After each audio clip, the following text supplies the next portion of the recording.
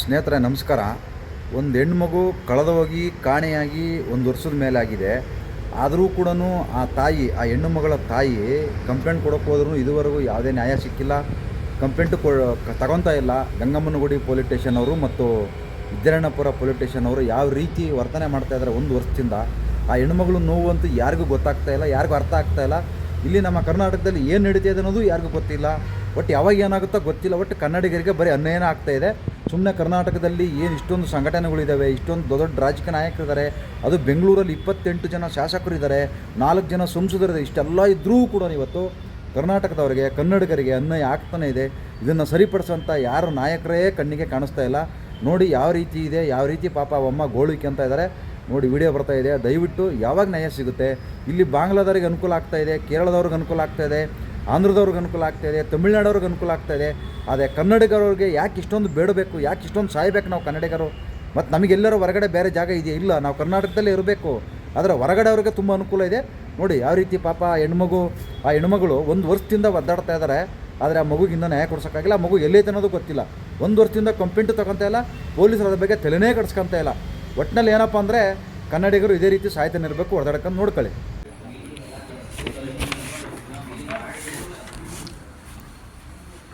ಎಲ್ಲೋದ್ರಿ sir ತಗೊಳ್ಳಿ sir. ತಗೊಂಡು ಅದ್ರ ಮೇಲೆ ಏನು ಬರ್ದಿದೀವಿ ಅನ್ನೋದ್ರ ಬಗ್ಗೆ ಆಕ್ಷನ್ ತಗೋಬೇಕಲ್ಲ ಸರ್.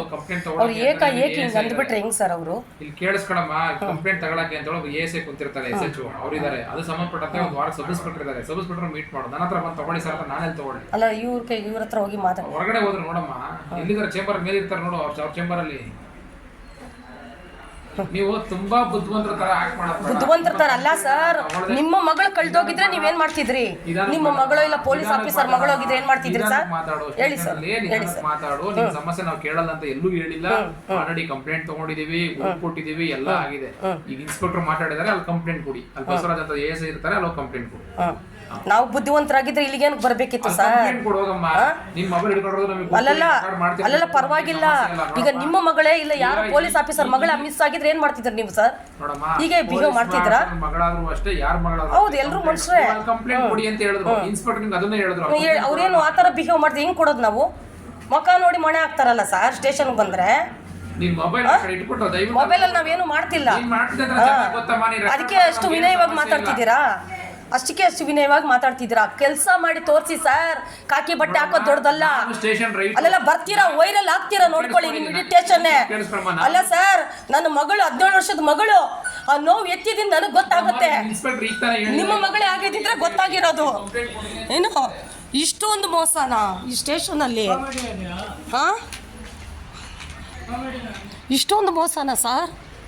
ಮುಖ ನೋಡಿ ಮಣೆ ಹಾಕ್ತಾರಲ್ಲ ಸರ್, ಕಚ್ಚಡ. ನನ್ನ ಮಕ್ಕಳು, ಅವ್ರ ಮಕ್ಕಳೇ ಯಾರಾದರೂ ಮಿಸ್ ಆಗಿದ್ರೇನೋ, ಅವ್ರಿಗೆ ಹಿಂಗೆ ಅನ್ಯಾಯ ಆಗಿದ್ರು ಸುಮ್ಮನೆ ಬರ್ತಿದ್ರ? ನಾಗಲಕ್ಷ್ಮಿ ಚೌಧರಿ ಮೇಡಮ್, ದಯವಿಟ್ಟು ನೀವು ಮಹಿಳಾ ಆಯೋಜಕರಾಗಿ ನಿಜ ಆಗಿದ್ದರೆ ದಯವಿಟ್ಟು ನೀವು ನ್ಯಾಯ ಕೊಡಿಸ್ಬೇಕು. ಈ ಸ್ಟೇಷನಲ್ಲಿ ಪ್ರತಿಯೊಬ್ಬರು ಸಸ್ಪೆಂಡ್ ಮಾಡಿಸ್ಬೇಕು. ನಂಗೆ ನ್ಯಾಯ ಕೊಡಿಸ್ಬೇಕು ತಾಯಿ. ಯಾವ ನನ್ನ ಪೊಲೀಸ್ ಅಧಿಕಾರಿ ಮಗಳು ಓಡೋಗಿದ್ದಿದ್ರೆ ಸುಮ್ಮನೆ ಇರ್ತಿದ್ರಾ? ಯಾಕೆ ನಮ್ಮ ಮಕ್ಕಳಲ್ವಾ? ಬಡವ್ರ ಮಕ್ಕಳಲ್ವಾ? ನಾವು ಮನುಷ್ಯರಲ್ವಾ ನಿಮ್ಮ ಕಣ್ಣಿಗೆ? ನೋಡಿ ಎಷ್ಟು ದೌರ್ಜನ್ಯವಾಗಿ ಪೊಲೀಸರು ಎಷ್ಟು ಮುಖ ನೋಡಿ ಮಣೆ ಹಾಕ್ತಾರೆ. ಮೇಡಮ್, ನಿಮ್ಮ ಹತ್ರ 6 ತಿಂಗಳಿಂದ ಬರ್ತಿದ್ದೀವಿ. ನೀವು ಏನು ದಬ್ಬಾಕೋದಷ್ಟರಲ್ಲೇ ಇದೆ. ಸ್ಟೇಷನ್ಗೆ ಹೋಗಿ ಅಂತೀರಲ್ಲ, ಸ್ಟೇಷನಲ್ಲಿ ಎಲ್ಲಿ ನ್ಯಾಯ ಇದೆ?